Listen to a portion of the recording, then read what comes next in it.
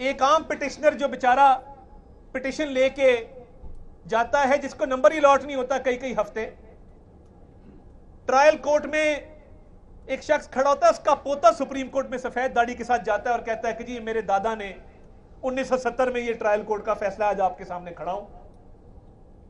मगर सियासी केस हो, हमारे खिलाफ हो या हमारे मुखालफिन के हक में हो, शाम को नंबर लगता है, सुबह समाअत के लिए मुकर्रर हो जाते हैं।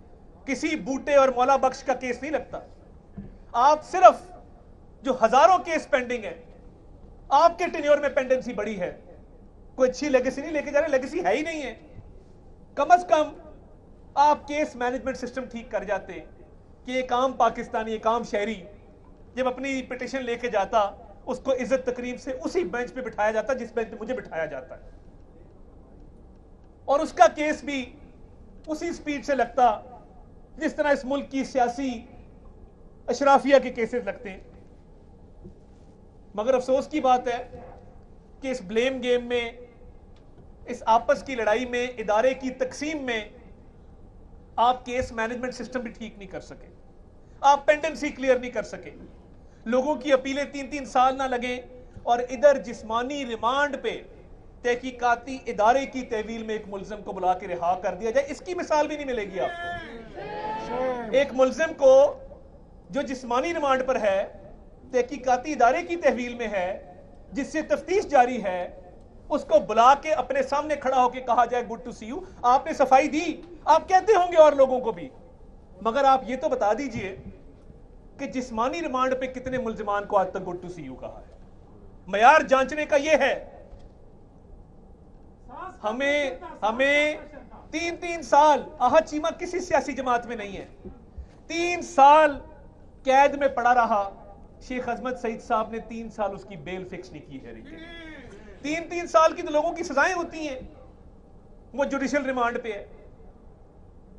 जिस्मानी रिमांड 90 दिन का, यहां हमारे मुल्जिमान पेश होते थे 88 दिन के जिस्मानी रिमांड के बाद पेश हो रहे हैं। जज साहब से पूछते थे जी क्या मंशा है, कहते 2 दिन का और रिमांड देता हूं।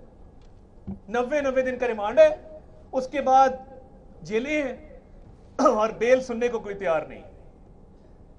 हमने वो दौर देखा है, वो दौर भुगता है, पूरी क़यादत जेलों में है, और इधर एक मुल्जिम को बुला के सामने खड़ा होकर कहा जाता है गुड टू सी यू। और अभी कानून के मुताबिक एक मुल्जिम की सजा मुअत्तली होती है, ठीक है, शॉर्ट सेंटेंस है, वो किसी ना किसी दिन होनी थी, ये बिल्कुल एक कानून का प्रिंसिपल है। आप क्या करते हैं, इस्लामाबाद हाईकोर्ट में अपील भी पेंडिंग है, सजा मुअत्तली की दरखास्त भी पेंडिंग है।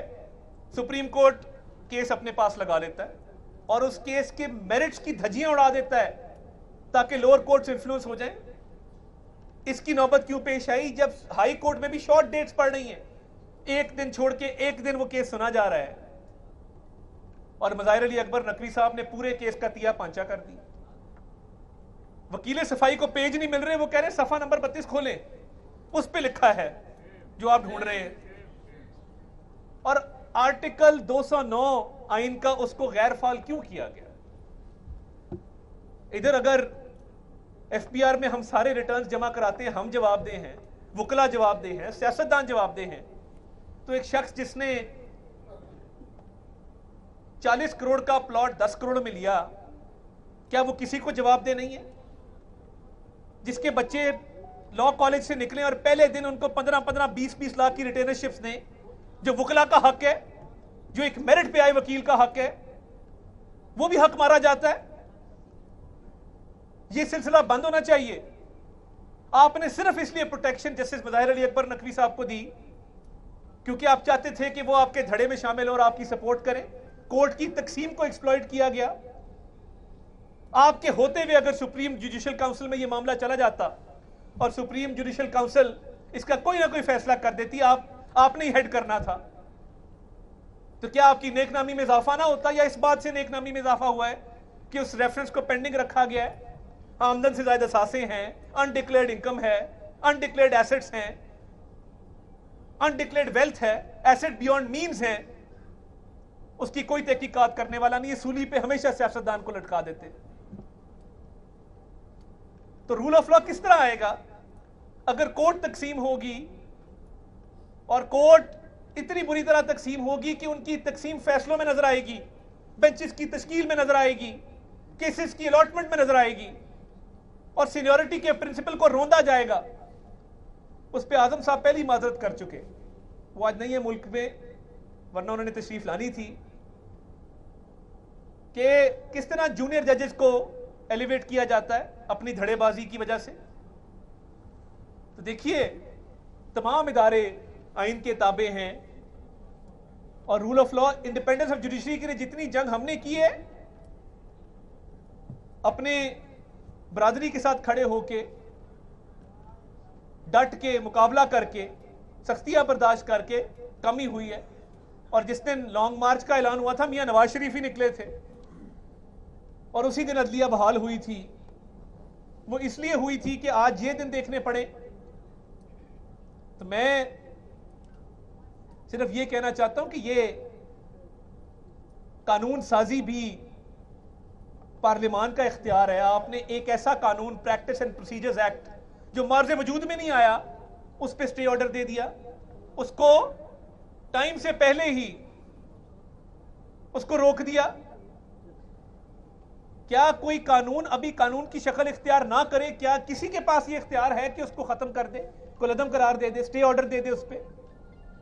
अफसोसनाक है। यानी आपने एग्जेक्टिव का काम भी खुद करना है, लेजिस्लेचर का काम भी खुद करना है, तो फिर सेपरेशन ऑफ पावर्स कहां पे गई?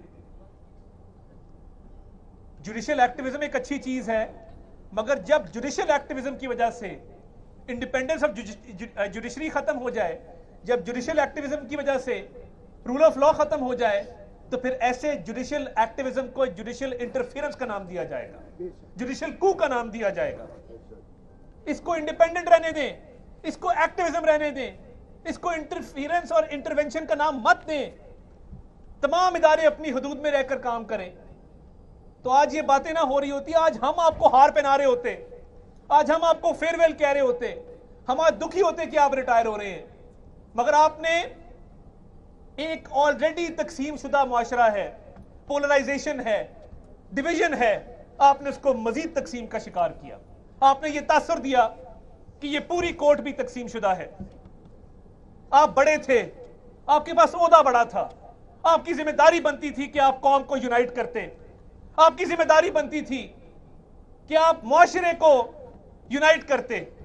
आप एक सुओ मोटो लेते किसी गरीब आदमी का, किसी बच्ची का जिसका रेप हुआ है, किसी छोटे बच्चे का जो टॉर्चर के बाद मार दिया गया है, आप एग्जाम्पल सेट करते। आप कहते कि मैंने इस केस में 25 दिन के अंदर फैसला किया, मगर नहीं, आपको गुड टू सी यू नजर आया, आपको वो बच्ची धाड़े मारती हुई, चीखें मारती नजर नहीं आई जिसकी इज्जत तार तार कर दी गई हो। कई वाकयात हैं जिन पे आप बिजली के bill pay suo motu notice लेते। आप 184(3) पे चंद लॉयर जाते हैं मुखालिफ धड़े के, वो शाम को जाते, सुबह उनका केस लग जाता है। तो ये अच्छी रिवायात नहीं छोड़ी आपने। रूल ऑफ लॉ के लिए हम काम करने को तैयार हैं। शहबाज शरीफ साहब पंजाब में जब पहली हुकूमत में मिली 2008 में, इस दफा सबसे पहले लोअर जुडिशरी की तनख्वाहें, उनकी मरात में इजाफा किया गया। अनप्रेसिडेंटेड। किस लिए था? कि जुडिशरी इंडिपेंडेंट हो, उनको यह फिक्र ना हो कि हमने अपने खर्चे कैसे चलाने हैं। इधर आपके सामने है कि बिला सूद कर्जे दे दिए गए, 15-15 लाख रुपया तनख्वाह है, मरात है, उसके बावजूद बिला सूद कर्जों की क्यों जरूरत पेश आती है? तो ये धौंस, धांधली, मनमानी, लाइकिंग, डिसलाइकिंग, पार्शियलिटी, ये इनजस्टिस को ब्रीड करती है। और जब तक हम इसके लिए तैयार हैं, कानून साजी करने के लिए तैयार हैं। ये क्यों कानून लाए थे? प्रैक्टिस एंड प्रोसीजर्स एक्ट क्यों आया था कि 3 सीनियर मोस्ट जजेस ये फैसला किया करें कि बेंच क्या बनना है, कौन सा केस कहां लौटना है। शफाफियत आती इस चीज से। राइट ऑफ अपील दिया गया था कि सुप्रीम कोर्ट जब फाइनल डिसीजन कर देती है किसी भी चीज का, अगर रिव्यू रिजेक्ट हो जाए तो फिर इस दुनिया में किसी को इंसाफ नहीं मिल सकता, अगले जहां नहीं मिल सकता।